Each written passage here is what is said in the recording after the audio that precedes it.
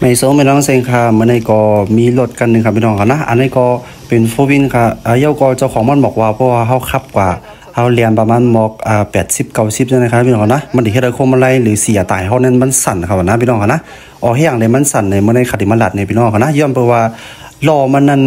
เป็นมีศูนย์คณะพี่น้องคณะเป็นมีติดถงล้อคณะว่ามันไหลศูนย์ซ้ายขวาว่าในจึงพอเรียนว่าไว้ว่าในจึง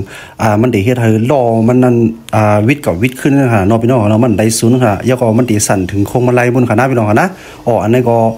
เป็นอาการสั่นฮะเพราะขับไว้80-90เนี่ยได้สั่นก็มีนะเพราะเป็นนั้นเพราะในจึงพี่น้องเขาได้เลยเอามาตั้งศูนย์คณะพี่น้องคณะเลยมาตั้งศูนย์ค่ะ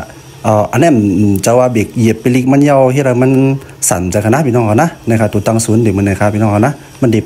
เอามี10 กรัมเนี่ย5 กรัมมันเดี๋ยวมันจังไหนครับพี่น้องเขานะเพราะว่าพี่น้องเขา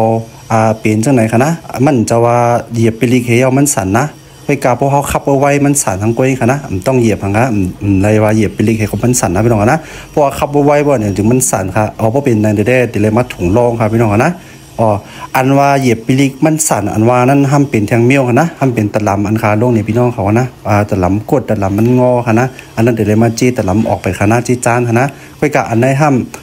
พอวิ่ง70-80ปอนด์เนี่ยจึงมันสั่นค่ะนะเพราะสั่นเนี่ยเดี๋ยวมาถุงรองเลยนะครับพี่น้องนะอันนี้ก็มาหลัดในพี่น้องเขานะ2 วันรวดเพอเป็นในอย่าไปตกใจครับพี่น้องนะเอาการในล้านในแสงก็ให้เป็นถุงมันรองให้นั่นครับพี่น้องนะมันตีเลยถุงรองเพราะว่าถุงรองว่าในจึงมันตีสั่นเหมือนนะครับพี่น้องนะอันนี้ก็เป็นตั้งคู่ตั้งหันมาผักปันพี่น้องเขาคะแนนพี่น้องคะแนนการสั่นจังไหนมันมีหลายเมี้ยวนะครับพี่น้องนะเพราะว่าล้อมันไหลสุดเหมือนไหนก็มันสั่นคะแนนเยาก็เพราะเขาเหยียบปิลิกมันย่อมันสั่นเลยก็อันนั้นเป็นตะหลำเป็นแทงเมี้ยวคะแนนพี่น้องนะมันเต็มเหมือนกันคะแนนพี่น้องคะนะค่าไม่สงค่า